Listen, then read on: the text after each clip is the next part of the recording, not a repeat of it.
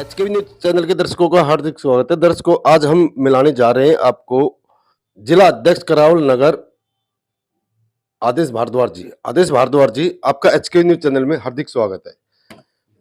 और हम जानना चाह रहे हैं, जो दिल्ली के अंदर इतने क्राइम होते जा रहे हैं, दिन दिन बढ़ते हुए जा रहे हैं, महिलाओं को लेके महिला सुरक्षित नहीं है।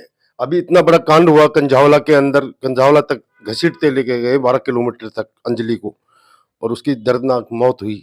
उस पर क्या कहना चाहते हो? इधर को महिला अध्यक्ष के साथ में भी जो हादसा हुआ अभी नया था, जब महिला अध्यक्ष ही सुरक्षित नहीं है दिल्ली के अंदर, तो और अन्य महिलाओं का क्या होगा? देखिए, सच्चाई ये है कि सरकार की करनी और कथनी में अंतर है। सरकार जो है कहीं न कहीं इस तरह के बैड एलिमेंट्स को सरकार के अंदर छुपे हुए हैं और जिसके कारण सरकार उनको पनिशमेंट की बजाय उनकी मदद करती है। आप कुलदीप सेंगर जी का देख लें, आप चिमयानंद जी का देख लें, और कितने उदाहरण हैं जो है। हरियाणा के प्रदेश अध्यक्ष थे, उनके बेटे ने चंडीगढ़ में किस तरह से एक आईएएस अधिकारी की बिटिया के साथ अभद्र व्यवहार किया। ये तमाम ऐसी चीज़ें हैं। और आज ये कुश्ती संघ का आप देख लीजिए जो है, 3 दिन से हिंदुस्तान के इंटरनेशनल प्लेयर्स जो है वो जंतर मंतर पर धरना दे रहे हैं, लेकिन सरकार किसी तरह की कोई बात उनसे करने को भी तैयार नहीं है। और उनकी मांग है कि इसकी निष्पक्ष जांच हो और अध्यक्ष का इस्तीफा हो। सच्चाई ये थी कि गुड गवर्नेंस हो, मिनिमम गवर्नेंस हो, इन तमाम चीज़ों की ये लोग बात करते थे, लेकिन आज वो कहीं भी दिखती नहीं है, जिसके कारण जो है इस तरह के क्राइम और बढ़ते जा रहे हैं। तो ये सिर्फ कहने की बात है, बेटी बचाओ बेटी पढ़ाओ, लेकिन सच्चाई ये है कि बेटी जो है वो सुरक्षित नहीं है इनके राज में जो है। हमारी दिल्ली सरकार, केंद्र सरकार बड़े बड़े दावे कर रही है महिलाओं के साथ में लेके, महिलाओं की सुरक्षा को लेके, तो ये इतने दावे कैसे फेल होते जा रहे हैं? कारण क्या है इनका? दावे इसलिए फेल होते जा रहे हैं क्योंकि सरकार में बहुत सारे लोग सरकारी पदों पे, सरकार इनके नेता जो है वो इन चीज़ों में संलिप्त हैं, इन चीज़ों में हैं, जिसके कारण जो है फिर उसको ये बचाने का प्रयास करते हैं। तो इस तरह से ऐसे बैड एलिमेंट्स का मनोबल बढ़ता है और जिसके कारण ये घटनाएँ और बढ़ती हैं। सच्चाई ये है कि जब कोई चीज़ इस तरह की घटना हो, उसके खिलाफ तुरंत और सख्त एक्शन हो और फेयर होना चाहिए सब चीज़। लेकिन वहाँ पे हस्तक्षेप होता है और उनको बचाने का प्रयास किया जाता है। ये इसका कारण है, इसलिए क्राइम और ज़्यादा ही बढ़ता जा रहा है। दूसरा, हमारे राहुल गांधी जी भारत जोड़ो यात्रा कर रहे हैं, इस पे क्या कहना चाहते हो, क्या संदेश देना चाहते हो? देखिए, राहुल जी को भारत जोड़ो यात्रा की जो आवश्यकता पड़ी, वो इसलिए पड़ी, उन्होंने स्पष्ट कहा कि पार्लियामेंट के अंदर हमें बोलने नहीं दिया जाता, हमारे माइक बंद कर लिए जाते हैं। मीडिया के माध्यम से अपनी बात अगर हम कहीं लोगों तक पहुँचाना चाहते हैं, तो मीडिया का बहुत बड़ा वर्ग कहीं न कहीं पूरी तरह से बायस्ड है और वो उन चीज़ों को लोगों तक नहीं लेके जाता।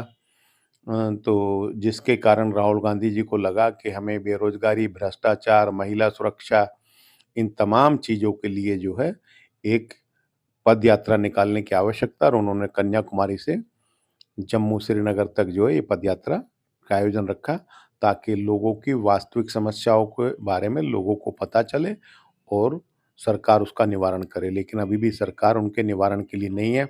आप देख सकते हैं कि 3 दिन से जो है ये धरने पे बैठे हैं जंतर मंतर पे, लेकिन कहीं भी जो है इनके बारे में भी सरकार कोई ठीक से सुनवाई नहीं कर रही जो है।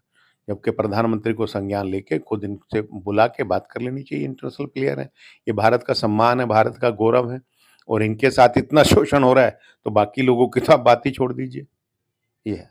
क्या आने वाले समय में 24 में इसका कुछ फायदा होगा यात्रा का? देखिए, यात्रा है लोगों के अंदर जो लोगों की समस्याएं हैं उनको उजागर करने के लिए। विपक्ष का काम यही है कि किसान परेशान है, मजदूर परेशान है, नौजवानों को रोजगार नहीं है, 4-4 साल की नौकरी ईजाद की जा रही हैं।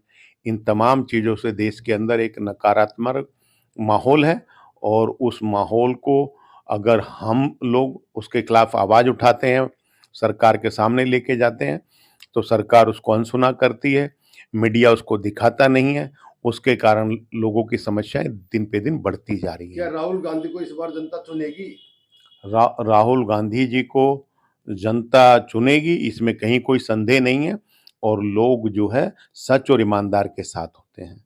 आज सरकार की करनी और कथनी में जो बड़ा अंतर है, उसके कारण राहुल गांधी जी को इस यात्रा को निकालने की आवश्यकता पड़ी। दूसरा, केजरीवाल जी बड़े-बड़े वादे कर रहे हैं। उनके पार्षदों को भी 1 महीना हो चुका है। दिल्ली के अंदर कूड़ा का बुरे हाल है, जबकि कूड़े के ढेर हटाने के लिए के नाम से इन्होंने सरकार बनाई थी। अब कूड़ा का ढेर हटाएँगे हम, और कूड़ा आज 1 महीना के करीब है, जगह-जगह कॉलोनी में कूड़ा, नालियाँ जाम है, रोडों की बुरी दुर्दशा है।